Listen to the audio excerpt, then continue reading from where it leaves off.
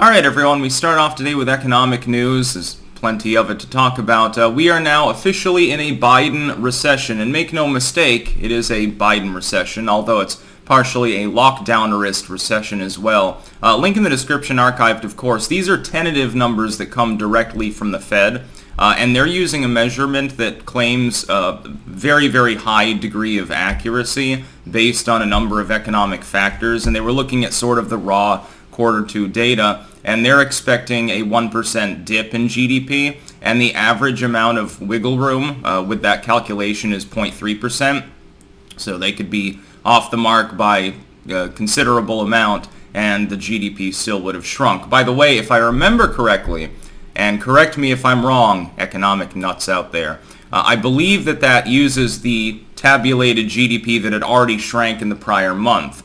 Now, if your GDP shrinks by 1.6% in the first quarter, not month rather, and then shrinks another 1%, I believe it's using that new smaller number from the first quarter as the baseline that it's calculated from, as opposed to GDP at the end of the prior year, which would mean that actually you've got fairly linear decline in U.S. GDP, making it a little bit worse. Slightly better than quarter one, but only very slightly. 2 consecutive quarters with a loss in GDP qualifies effectively as a recession. Again, these are tentative numbers. It could come out that the economy grew slightly in quarter two, but there's no reason to believe that the number is going to be off by enough for that to be the case. In fact, arguably, it could have shrunk a little bit more than 1%. So thanks, Joe. Let's go, Brandon. Really cool. And keep in mind, there's no reason to believe that in the third quarter things will get better. I'll try to explain why. Gas prices throughout part of the second quarter were a bit lower. They've shot up. They've stagnated now at near $5 a gallon national average. That's taking a toll on people. What I see in the polling and with economic data is that people in the middle class have burned off their savings. So what they were dipping into to weather the Biden inflation that was already there is now more or less exhausted. The prices haven't gone down. If anything, the new inflation data is probably going to be higher than the prior month as well, and there's no reason to believe that will go down. So prices are up, gas prices are way up, travel is down because even though people want to, it costs a lot more now. Airline fees are through the roof. People aren't investing in new vehicles either at the moment based on those costs. Travel internationally has been down, even though it's mostly restored. The U.S. still has some lingering restrictions for international travelers, which means it's screwing itself on tourism. By the way, disproportionately affecting places like Vermont. As we go into the leaf peeper season, it's going to be a tough time for some Vermont small businesses. When I get back to Rutland, I expect there to be more economic damage than there already was when I went back last year. Thomas's Dairy is gone. I'll never forgive the governor or Biden for that, by the way. This is terrible because what's going to happen, and I've been saying this now since Ukraine was invaded, technically before that, the real price hikes on a lot of goods, because food is in a lot of other things. Not just the vegetables, not just the canned soups and shit, but also the meat, because remember, what do you feed to your meat before you turn it into steaks or whatever? You're feeding it corn, you're feeding it grains, the remnants from oil production, seed coatings and stuff for chicken feed. The problem is this, the Putin price hikes, which don't yet really exist. There's a nominal increase in gas prices because of the war in Ukraine. The real Putin price hikes are going to take place around the time of the end of this month through September. That's when you get the harvest season in many parts of the country. When the goods are harvested, when the cucumbers come in and the pickles start being produced, when the corn comes in and much of it is pissed into the gasoline supply, the overflow, some of it's sent off to third world countries to keep them impoverished. Some of it's eaten on the 4th of July. You'll be eating a little bit less this year. By the way, the price of your 4th of July meal up $10 year over year. Last year, the White House was bragging about a 16-cent reduction in the price of your July cookout. They haven't bragged about that this year. I wonder why. What'll happen is that the higher cost of oil, diesel, etc., That's partially the result of Russia. Will become clear once the harvesters go out. The price of fertilizer for U.S. farmers and Canadian farmers and farmers in most of Europe will also be a compounding factor. Russia has throttled the supply and looked to other countries to buy. They're willing to take that hit, and that's inflated their economy massively too, by the way. It's higher than U.S. inflation. It has done structural damage, but it's really going to come home to roost over the next few months. That's my official prediction. The economic damage has not peaked yet.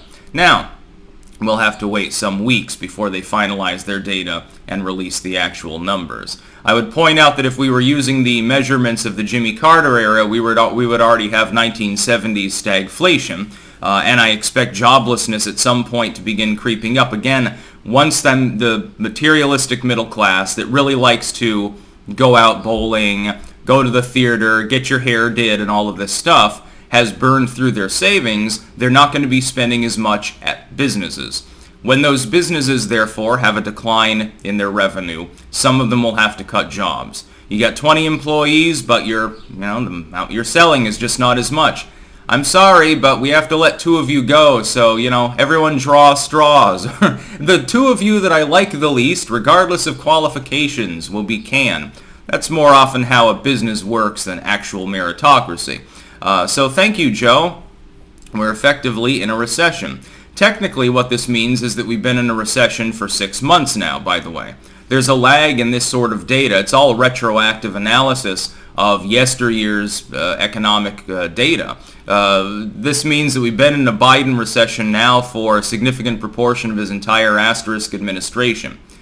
I wonder why his polling is down. By the way, I checked the favorability polling, and for some reason, there's a significant disconnect between the approval polling and the favorability polling. So there are people who effectively favor the job Joe Biden's doing, yet don't approve of him.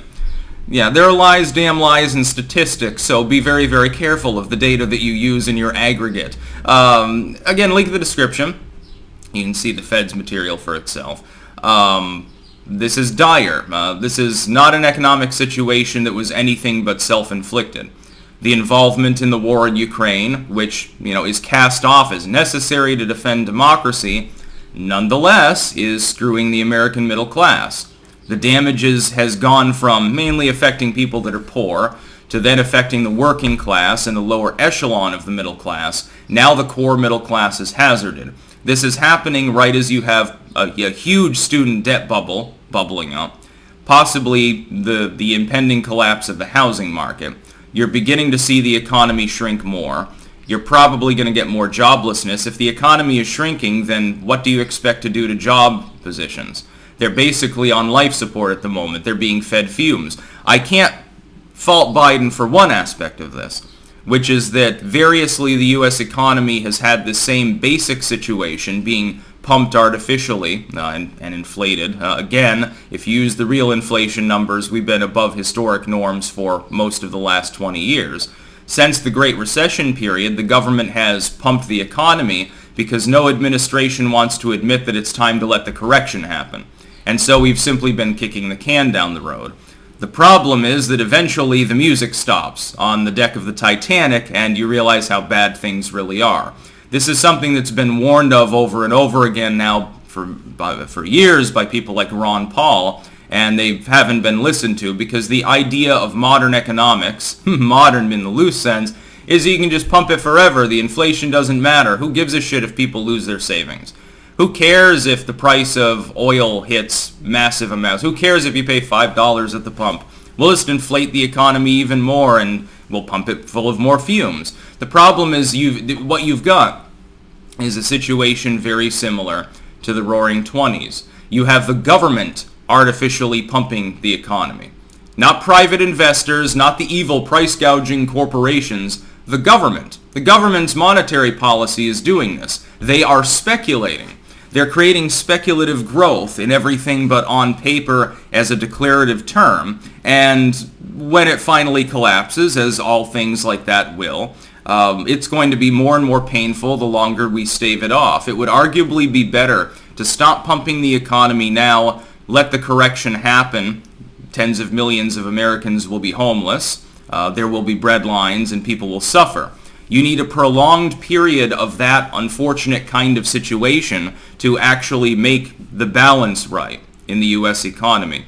This is the case for most of the world. I like the new COPE, by the way, on U.S. inflation, which again I expect to tick up fairly sharply month over month. We'll get that data in the next couple of weeks. I like their new COPE. They have this map of the inflation data, nation by nation, that they release. Now, it doesn't actually necessitate that data be proper, number one, because the U.S. has fiddled with its methodology. It fiddles with its inflation data like China fiddles with its, monetary policy in the sense of how many yuan are actually circulating at any given time. It's rather underhanded and mostly propagandistic as opposed to pragmatic. That's number one. And number two, you're arguing that the U.S. is a shining example of Bidenomics working because we're not as bad off as Iran. Our inflation rate is lower than that of Venezuela. See, Biden is not a failure. Let's go, Brandon. Come on. Everyone can see the writing on the wall. We all know the economy fucking sucks. It sucks less in some parts of the world than others. Again, mainly based on whether they lock down hard, soft, or not at all. There's a reason why the Scandinavian countries right now are nowhere near as inflated. You'll notice this, by the way, in their meme map. You can correlate that more with lockdownerism than anything else. Which U.S. president encouraged the lockdowns to continue and indeed tried to federalize them to some extent? Joe Biden. Which U.S. president attacked the energy industry, becoming an unprecedented maverick, really, with energy policy, right as we were about to fight a soft war and partially an energy war against another major economy? Joe Biden. Which U.S. president has uniquely not inspired any form of business or consumer confidence, so people are not loosening the purse strings and conceiving of investing in a business right now? Joe Biden. There's your problem. That and the fertilizer issue hasn't even reared its head. It's not going to get better. It's going to get worse. That's about all. Peace out.